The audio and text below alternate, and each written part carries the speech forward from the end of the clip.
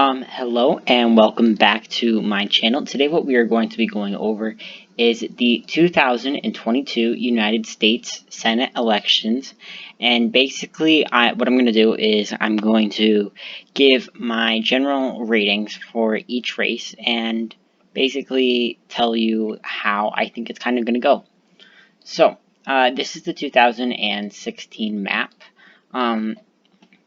There was a lot of things that were notably interesting back in 2016. Most notable, the state of Missouri was quite close. Jason Kander was a Democratic candidate for this state, and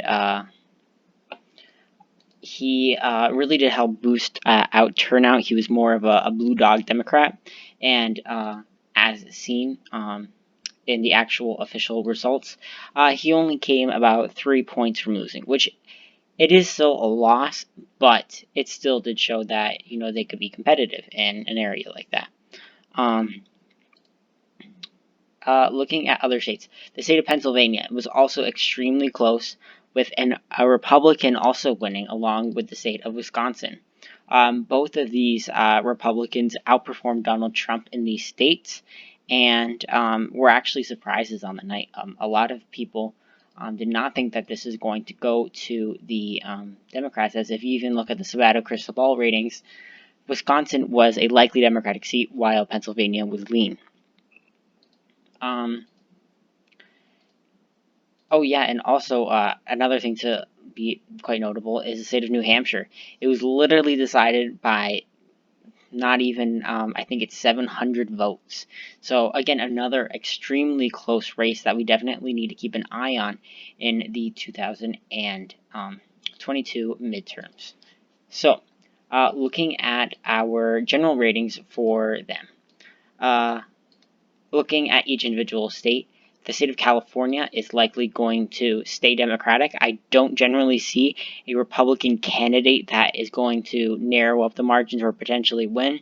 Yes, Carly Fiorina or Arnold Schwarzenegger might run, but realistically, it's going to be a safe Democratic seat, along with the states of Oregon and Washington. Again, Oregon might be a little closer than usual because it is a midterm year, but then again, it is a trending Democratic state, and it's likely going to become more Democratic. Same goes with Maryland, Connecticut, Vermont, New York. Maryland and Vermont both do have Republican governors that are eligible to run for Senate. In these states, if they do run, it could be a little bit more competitive than usual, but I generally don't see them becoming competitive anytime soon. Looking at the state of Nevada, looking at the state of Colorado, I'm actually going to leave that one as a likely state. I don't see the Republicans really coming close to flipping it. Yeah, it's generally not a state that the Republicans should focus on. Colorado is kind of a no-go for Republicans anymore. They just really need to generally focus on other races. Another likely Democratic seat, Illinois is also safe. Tammy Duckworth, a potential vice presidential candidate, likely going to run for re-election unless she becomes VP. It's likely going to go to her in a safe margin. Another likely Democratic seat, I guess, would be the state of Nevada. Catherine Cortez Masto, she was also a speculative vice presidential candidate for Joe Biden. However, she did take herself out of speculation, as she did want to focus on the coronavirus pandemic. She is quite favorable in this state, and she did win by about 3 points back in 2016, which Trump did win. So the fact that she was able to maintain her seat in a seat that was somewhat of a toss-up back in 2016 shows that she can likely win in the midterms as well. Something to keep a note in these midterms is that presumably this would be under a Joe Biden administration, so the Republicans might fare a little bit better. But and that's generally based on the fact that Joe Biden currently has, if you look at the presidential forecast at JHK, he has almost a 90% chance of winning. So I'm generally basing this off the fact that 9 out of 10 times he's going to be the president, and I'm just basing this prediction based off of that. In the state of Kansas, it could always become competitive, if Chris Kobach wants to run for, the third time if he loses in 2020. I'm just going to leave that one as a likely state. The state of Arizona, Mark Kelly is going to likely be the presumed senator from the state of Arizona, as Martha McSally, the Republican nominee and current incumbent senator, was appointed to, I believe it's John McCain's seat, and she lost the 2018 Senate election to the other Democratic senator from the state of Arizona, Kyrsten Sinema. So I see this seat as a lean Democratic seat, just generally based off the fact of incumbency and the fact that Arizona has been trending more blue.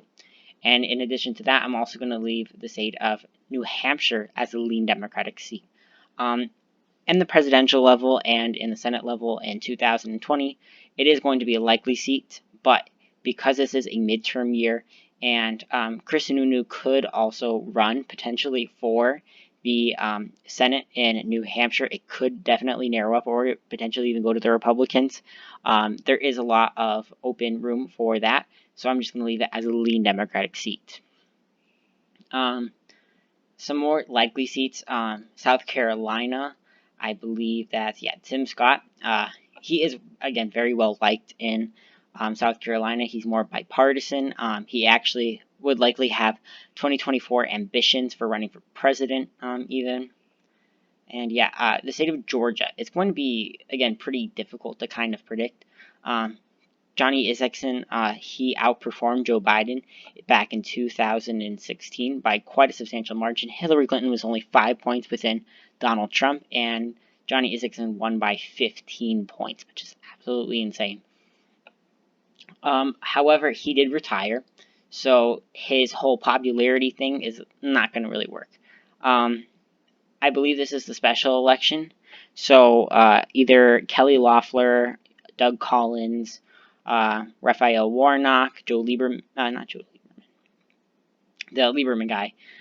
He is, one of them is likely going to beat the incumbent senator. For the sake of this prediction, I'm going to say that Doug Collins won it, and I'm just going to leave it as a lean Republican seat, as even as Georgia trends more Democratic, I still do see it having a Republican identity. Another likely seat, which might consider itself to be a little controversial, is the state of Louisiana. This is generally based off the fact that John Bel Edwards, the current Democratic governor of Louisiana, could easily run for Senate in 2022. He has shown somewhat of his own ambitions and intentions to potentially even run for Senate in 2022. And the fact is, that would definitely make this a more competitive race. It could be Missouri in 2016. Speaking of Missouri, I'm also going to leave this seat as a likely seat.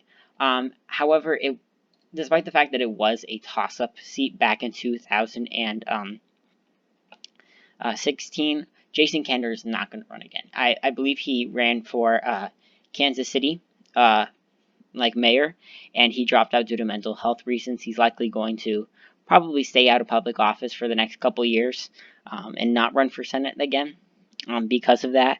So just because of that, I'm just going to leave it as a likely seat. It could get more competitive, but this is a year where the Republicans are a little bit more favored. Looking at the states of Wisconsin and Pennsylvania, despite them both having incumbent Republican senators, I'm going to leave them as both lean Democratic seats. This is generally due to the fact that in the 2020 presidential forecast, out of the state of Pennsylvania, again, actually outperforming the national average, Pennsylvania is likely to go to Joe Biden, even if Trump wins. So the fact is, Pennsylvania is a very Democratic state, and the fact that Trump won in 2016 was kind of like an oopsie, and Biden is probably going to take this seat back.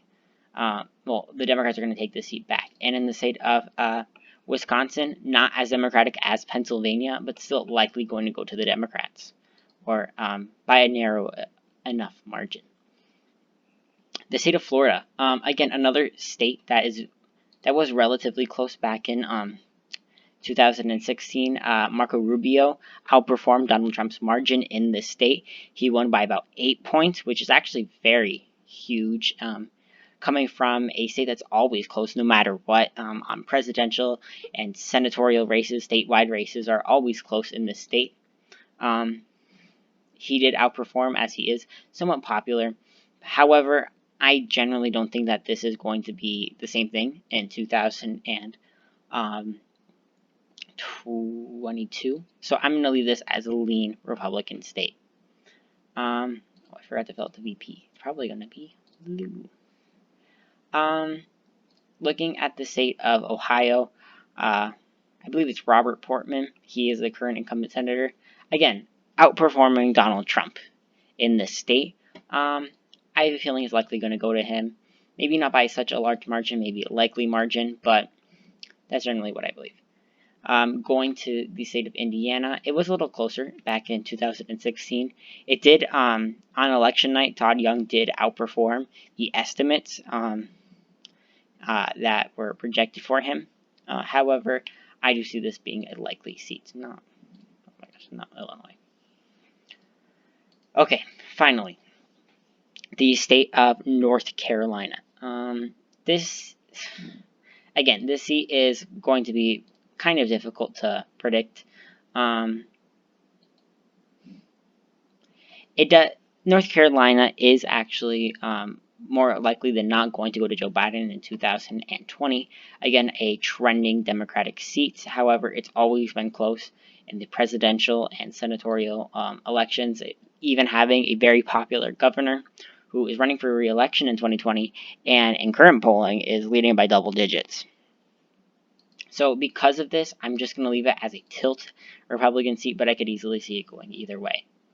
What else? The state of Iowa, again, this is a seat where they have quite a popular incumbent, again, outperforming Donald Trump's margin, actually winning by, I think that's 25%, which is absolutely insane in a state that Barack Obama won in both 2008 and 2012. 2008 by double digits. I think he won it by double digits in 2012 too.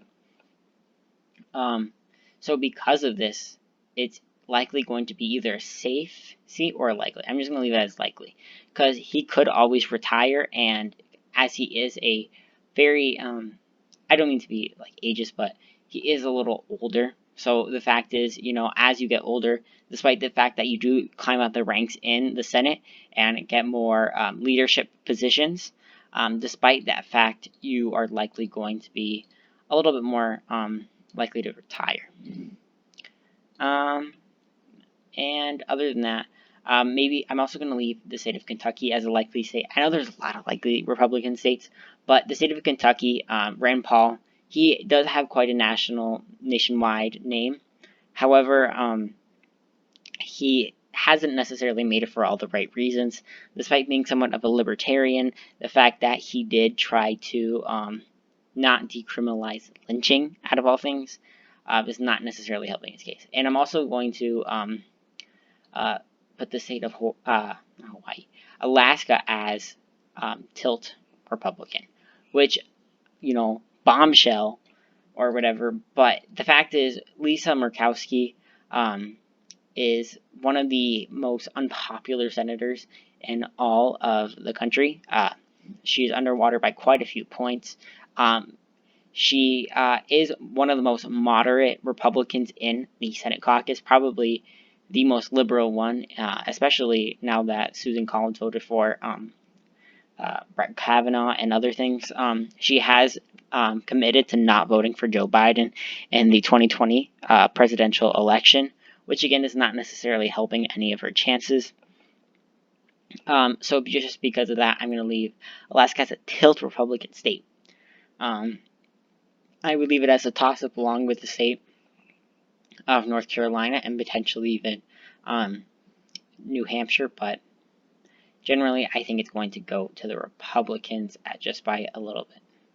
So in this prediction, this kind of, assumes that the Congress from 2020, I believe it is, they just don't get another any added seats. I know this is a little bit weird. They did not account for the fact that Alabama has a Democratic senator, but he's probably going to lose anyway. So this would not really provide any changes in the electoral landscape, except for the fact that Wisconsin and Pennsylvania are going to flip, along with the state of Arizona, despite the fact that it already likely is.